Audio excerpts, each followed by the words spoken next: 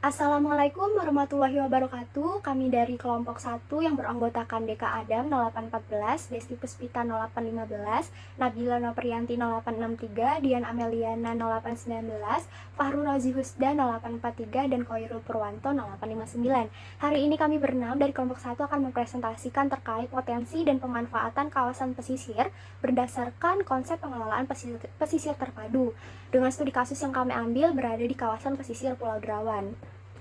Adapun outline yang akan kami bahas pada presentasi kali ini, yang pertama dari pendahuluan, tinjauan pustaka, metode penelitian yang kami gunakan, pembahasan, dan juga penutup. Dimulai dengan pendahuluan, dengan latar belakang yang kami ambil bahwa potensi kawasan pesisir Indonesia, di mana Indonesia ini memiliki kawasan pesisir yang cukup luas dengan garis pantai mencapai 81.000 km yang kaya akan keanekaragaman hayati dan ekosistem unik. Dan wilayah pesisir ini merupakan wilayah yang penting dalam ekosistem global sebagai peralihan antara darat maupun laut.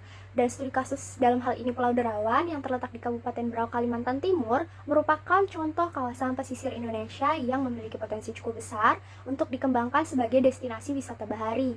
Dan pulau ini juga menawarkan keindahan alam bawah laut, keanekaragaman hayati laut yang tinggi, dan juga keunikan dari budaya lokalnya sendiri. Dan pengelolaan terpadu untuk pembangunan berkelanjutan melalui studi kasus Pulau Derawan ini penting untuk memahami bagaimana sih pengelolaan terpadu kawasan pesisir dapat mendukung dari pembangunan berkelanjutan, dan hal ini mencakup mempertimbangkan keberlanjutan ekosistem, kesejahteraan ekonomi masyarakat lokal, dan perlindungan serta pelestarian keanekaragaman hayati laut. Dan Pulau Derawan menjadi contoh nyata bagaimana kawasan pesisir ini dapat dimanfaatkan dengan bijaksana untuk kebaikan lingkungan dan masyarakatnya, dengan tujuan untuk memberikan rekomendasi pemanfaatan kawasan pesisir Pulau Derawan berdasarkan pengelolaan kawasan pesisir secara terpadu dengan mengetahui potensi dan pemanfaatannya. Dengan 3 sasaran yang kami lakukan, yang pertama mengkompilasi data terkait kawasan pesisir di Pulau Derawan, lalu menganalisis potensi dan pemanfaatannya, serta menyusun rekomendasinya untuk pemanfaatan kawasan pesisir Pulau Derawan tersebut. Selanjutnya akan dijelaskan oleh rekan saya. Baik, selanjutnya masuk ke tinjauan pustaka, di mana terdapat 3 poin utama dalam pembahasan ini. Yang pertama mengenai kawasan pesisir, di mana dalam Undang-Undang Nomor 27 Tahun 2007 yang telah diubah dalam Undang-Undang Nomor 1 Tahun 2014 tentang pengelolaan wilayah pesisir dan pulau-pulau kecil, di mana kawasan pesisir ini dianggap sebagai daerah peralihan antara ekosistem darat dan laut yang dipengaruhi oleh perubahan di darat dan laut. Undang-undang ini juga membahas pengelolaan wilayah pesisir dan pulau-pulau kecil sebagai pengkoordinasian perencanaan, pemanfaatan, pengawasan, dan pengendalian sumber daya pesisir dan pulau-pulau kecil oleh pemerintah dan pemerintah daerah.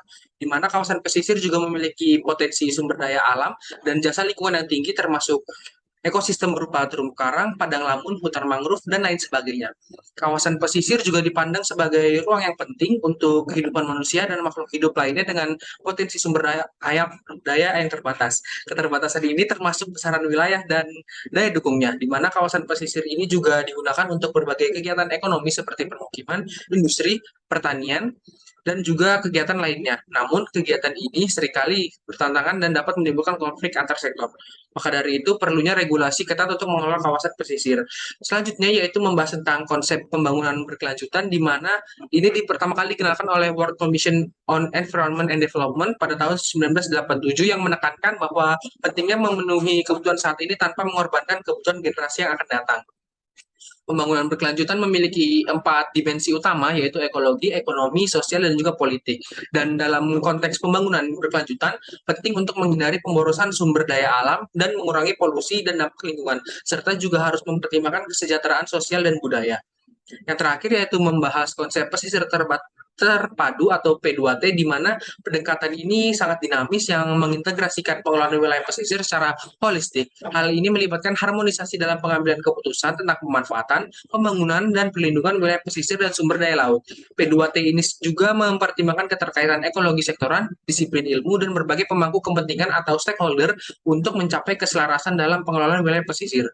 Dan dalam konteks pembangunan berkelanjutan ini, P2T menggambarkan pentingnya mempertimbangkan ekonomi, ekologi, dan aspek sosial sosial secara seimbang dalam pengelolaan sumber daya pesisir dan laut. Ini juga melibatkan pemeliharaan daya dukung ekosistem, tata ruang yang harmonis, dan kapasitas asimilasi lingkungan, serta keseluruhan konsep ini menggarisbawahi bahwa pentingnya menjaga keseimbangan antar pembangunan ekonomi, pelestarian lingkungan, dan keadilan sosial untuk memastikan keberlanjutan wilayah pesisir dan laut serta kesejahteraan masyarakat yang ada di sana. Selanjutnya masuk ke metodologi, di mana pada makalah ini digunakan dua metodologi, di mana yang pertama adalah metode pengumpulan data yang dikumpulkan berupa data sekunder dengan metode studi literatur. Ini dilakukan dengan studi literatur terhadap dokumen artikel dan jurnal yang berkaitan dengan kawasan pesisir Pulau Derawan yang sedang dibahas untuk menggali lebih lanjut terkait potensi dan pemanfaatan yang terjadi di kawasan pesisir berdasarkan konsep pengelolaan terpadu yang tersedia secara online. Kemudian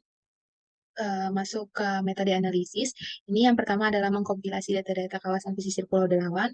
Hal ini dilakukan dalam berbagai aspek, yakni aspek fisik yang berupa data fisik dasar, oceanografi, ekosistem pesisir, serta sarana dan prasarana.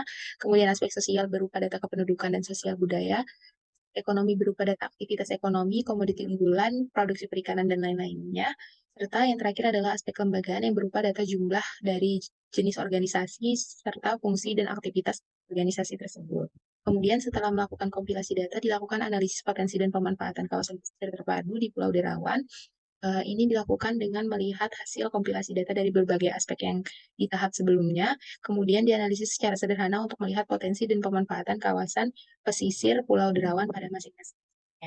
Yang terakhir adalah merumuskan rekomendasi pemanfaatan kawasan pesisir Pulau Derawan berdasarkan asas pembangunan berkelanjutan. Nah, di dalam tahap ini dilakukan dengan merumuskan rekomendasi pemanfaatan kawasan pesisir Pulau Derawan berdasarkan asas pembangunan berkelanjutan dengan dasar berupa hasil kompilasi data dan juga analisis sederhana yang telah dilakukan. Baik, selanjutnya saya akan lanjutkan di bagian pembahasan, di mana untuk pembagian pembahasan sendiri itu dimulai dengan aspek fisik atau di bagian aspek fisik bagian dasar, yaitu terdiri dari geologi dengan formasi aluvial 14%, jenis tanahnya potsolik dengan luas 31,55 hektar. Morfologinya itu berbentuk dataran dari yang terendah, kelerengannya berkisar antara 0 sampai dengan 2%, ketinggiannya itu dengan sekitar 3 mdpl. Untuk penggunaannya sendiri, pekarangan dengan luas sebesar 9,39 hektar untuk luas terbesarnya. Untuk curah hujan sendiri Oktober sampai dengan Mei, dengan hari hujan rata-rata itu 15 sampai 20 hari per bulan. Baik, selanjutnya di bagian aspek fisik oceanografi, di mana untuk suhu dan kelembapannya sendiri itu dengan suhu udara rata-ratanya dengan 28 derajat Celcius. Untuk suhu terendahnya sendiri yaitu 26,5 derajat Celcius dan tertingginya adalah 32,1 derajat Celcius. Untuk rata-rata kelembapan udaranya itu mencapai dengan 90%.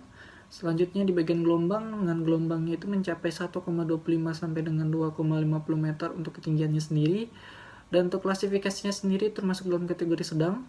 Dan untuk kedalaman laut dan kecerahan perairan, di mana untuk kedalaman lautnya sendiri itu sebesar 0 sampai dengan 5 meter. Untuk tingkat kecerahannya sendiri berjarak 50 sampai dengan 70 meter. Untuk angin sendiri, kondisi angin itu sebesar 3 sampai dengan 4 knot.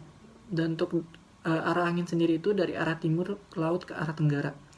Untuk arus lautnya sendiri yaitu memiliki atau arus laut itu sendiri memiliki kecepatan 60 sampai 80 cm per second. Dan arus laut sendiri itu berasal dari arah barat laut ke arah tenggara.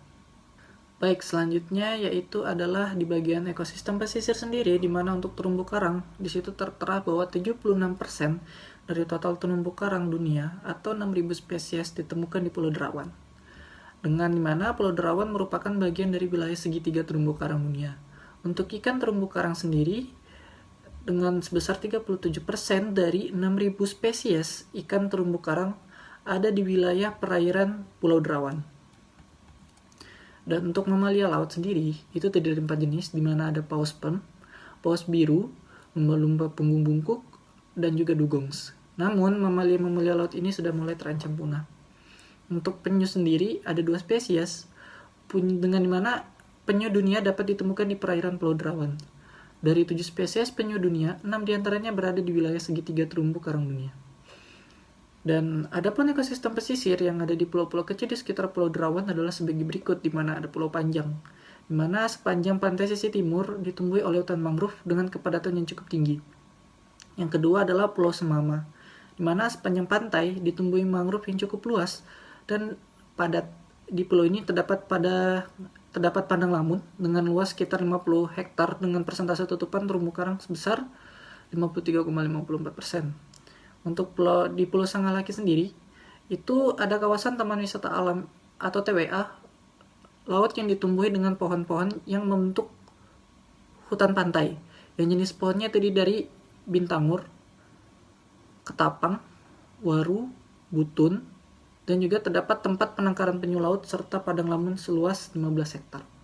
Untuk sarana dan prasarananya sendiri, pada wilayah Pulau Derawan, Kepulauan Derawan, untuk sarana penunjang itu berupa sarana pendidikan, sarana kesehatan, sarana peribadatan, dan sarana kantor pemerintahan, dan lain-lain.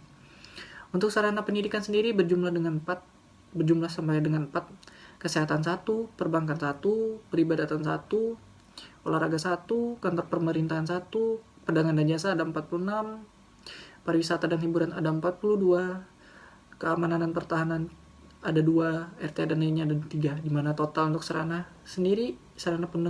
penunjang sendiri itu terdiri dari 122 titik sarana. Dan untuk prasarananya sendiri bisa dilihat pada tabel di mana ada listrik. Di mana listriknya itu adalah PLN dengan jenis PLTD dan PLTS. Untuk airnya sendiri ada air tanah. Dan untuk pengolahan limbah sendiri yaitu dengan pengangkutan sampah menuju Tanjung Batu dan TPA Pulau Derawan. Dan untuk telekomunikasi sendiri yaitu adalah jaringan seluler. Baik, selanjutnya yaitu analisis potensi dan pemanfaatan kawasan pesisir dalam aspek fisik, di mana untuk SKL pembuangan limbah sendiri itu klasifikasinya sangat cukup untuk menampung limbah di masyarakat di Pulau Derawan. Namun perlu diperhatikan bahwasannya Pulau Derawan ini lokasinya terletak di tengah-tengah laut, sehingga perlu adanya pengelolaan limbah yang sangat baik agar Pulau Derawan ini tetap dapat menampung limbah dari masyarakat. Lalu yang kedua, skala morfologi itu terklasifikasi rendah dikarenakan morfologinya yang merupakan dataran rendah dan kelerengan yang sangat rendah. Hal ini tentunya dapat adanya potensi permasalahan berupa tenggelamnya Pulau Derawan dikarenakan air mengalau yang terus menaik di setiap tahunnya atau abrasi. Lalu selanjutnya adalah skala ketersediaan air, di mana untuk Pulau Derawan ini terklasifikasi ketersediaan air yang tinggi. Namun perlu diperhatikan bahwasannya ini hanya berlaku pada air asin dikarenakan air asin ini tidak dapat dikonsumsi dan juga tidak dapat digunakan untuk kegiatan sehari-hari. Lalu untuk skala kestabilan pondasi sendiri pada Pulau Derawan itu terklasifikasi tinggi, sehingga untuk pembangunan bangunan tidak memerlukan adanya rekayasa fisik yang sangat rumit. Lalu untuk skala selanjutnya itu skala kestabilan lereng, di mana Pulau Derawan ini memiliki kemampuan kestabilan lereng yang tinggi. Lalu untuk skala drainase itu memiliki kestabilan drainase yang kurang. Hal ini tentunya menyebabkan adanya genangan yang tidak dapat dihilangkan di Pulau Derawan jika terjadi genangan yang cukup tinggi.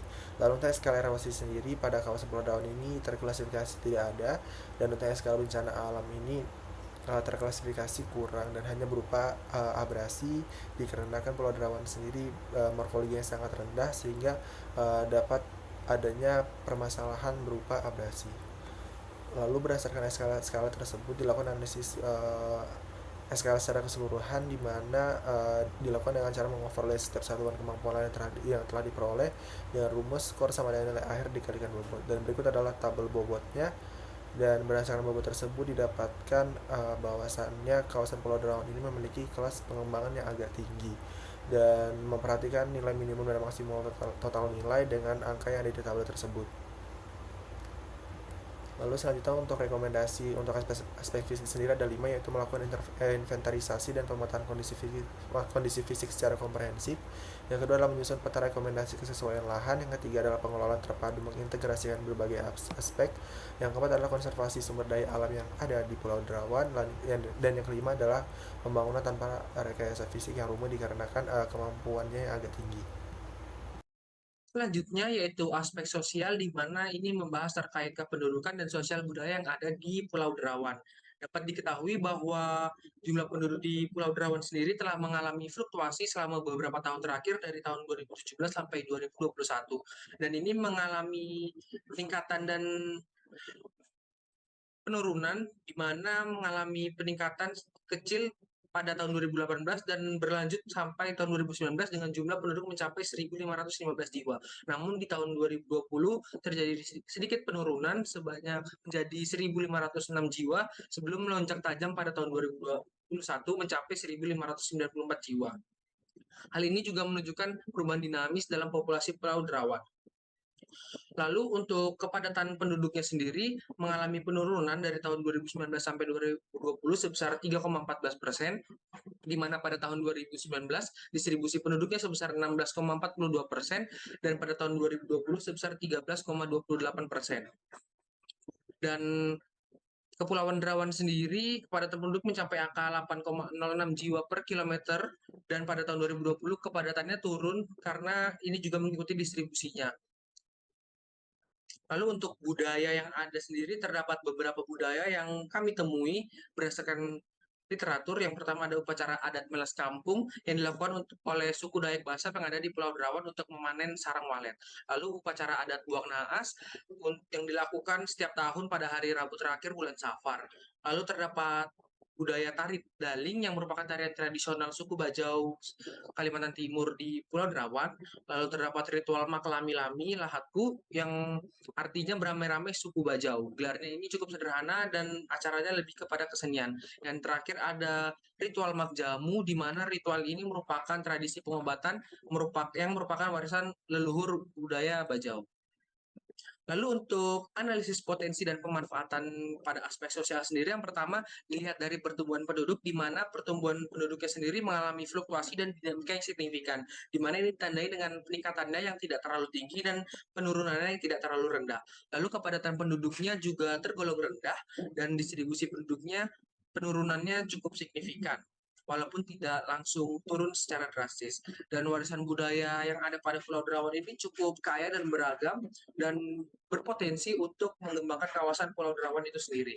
Dan rekomendasi pemanfaatan aspek sosialnya sendiri, yang pertama pengembangan program pendidikan berkelanjutan, lalu kedua peningkatan kesadaran dan partisipasi masyarakat, lalu promosi pariwisata berkelanjutan agar mengembangkan juga ekonomi yang ada di Pulau Derawan. Lalu terdapat pengelolaan krisis dan penanggulangan bencana sebagai bentuk mitigasi bencana yang akan terjadi atau kemungkinan bencana yang akan terjadi di Pulau Derawan. Lalu pendekatan kemitraan multi stakeholder, di mana ini dapat menjadi tonggak utama kerjasama dalam pembangunan berkelanjutan di wilayah pesisir Pulau Derawan. Dan terakhir terdapat pemantauan dan penelitian yang dapat digunakan sebagai tonggak utama dalam memantau proses pembangunan berkelanjutan di wilayah pesisir Pulau Derawan.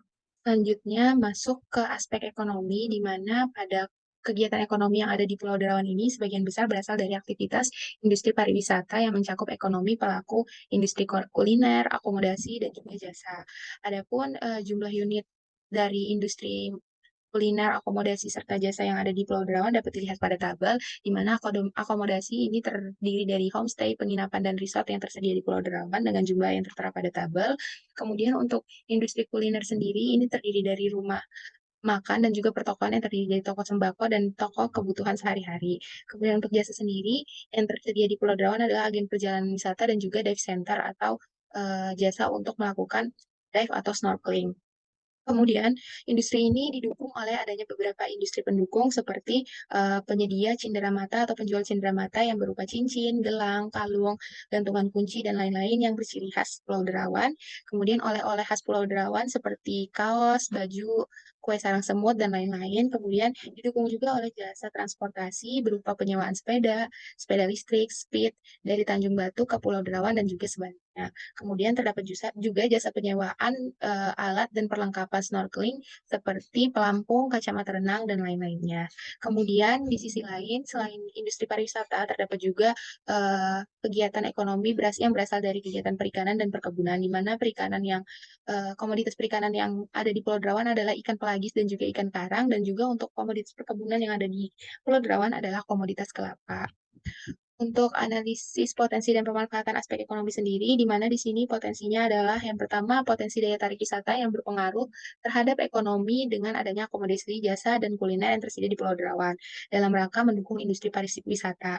Kemudian terdapat juga tren kunjungan yang selalu memiliki nilai positif setiap tahunnya sejak tahun 2013 hingga tahun 2019 yang tercatat telah terdapat total kunjungan 2.061.814 wisatawan yang berkunjung ke Pulau Derawan. Hal ini menjadi salah satu potensi untuk meningkatkan kegiatan ekonomi di sana.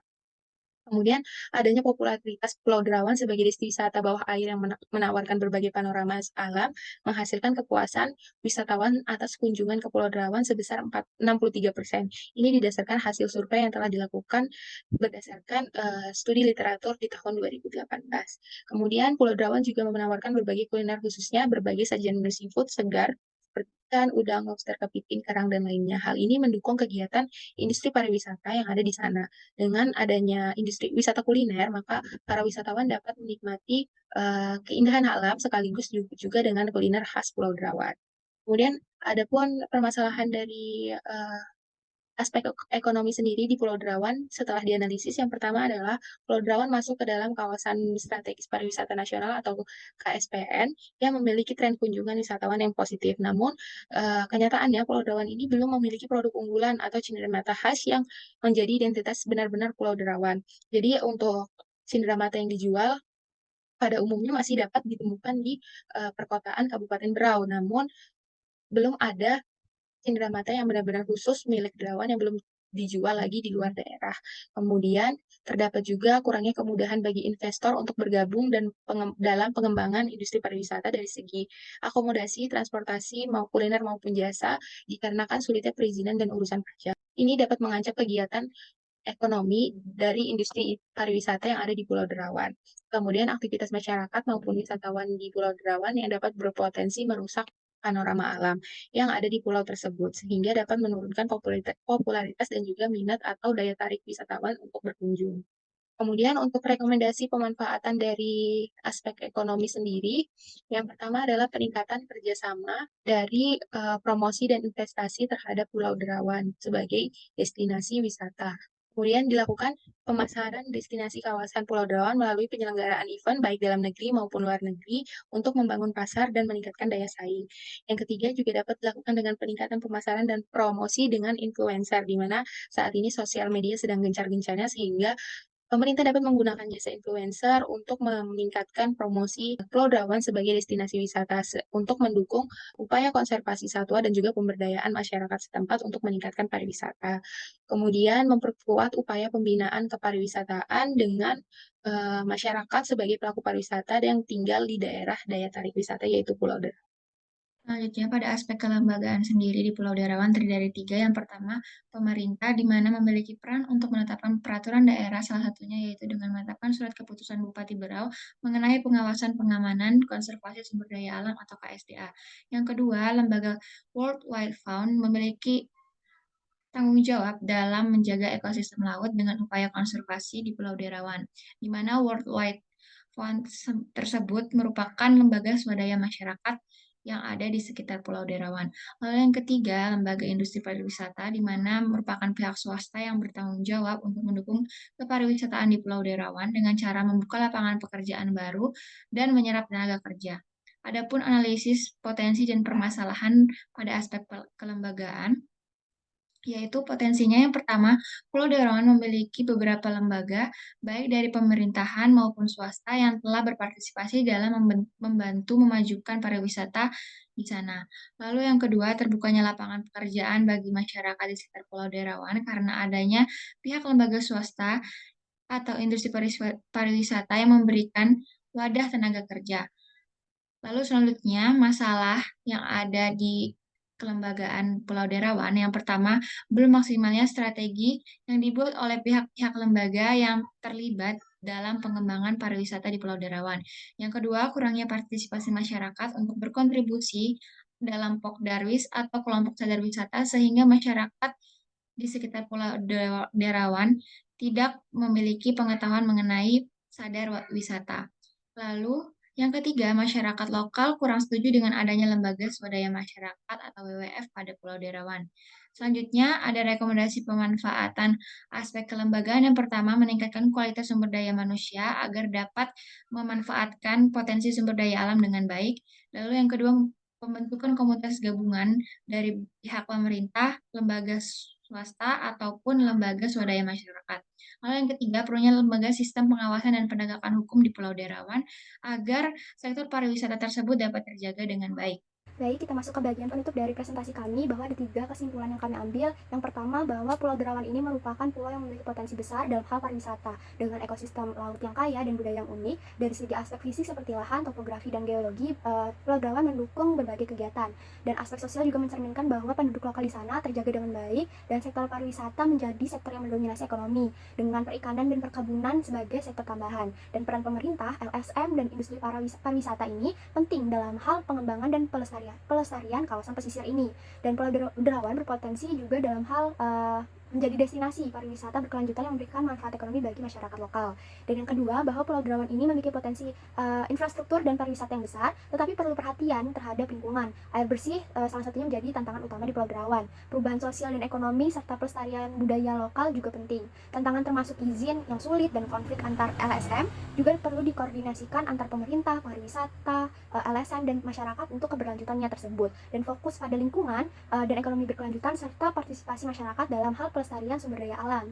Dan yang terakhir, yang ketiga, bahwa untuk menjaga keberlanjutan dari Pulau Derawan ini perlu dilakukan pemenuhan seperti kebutuhan keberlanjutan, keterpaduan antara ekonomi, sosial, dan lingkungan, serta penetapan konservasi yang ketat, melibatkan antara partisipasi masyarakat, promosi pariwisata berkelanjutan dari instansi pemerintah, dan meningkatkan dari kualitas kelembagaan yang ada di Pulau Derawan itu sendiri. Mungkin itu saja dari kami, mohon maaf apabila ada salah kata. Wassalamualaikum warahmatullahi wabarakatuh.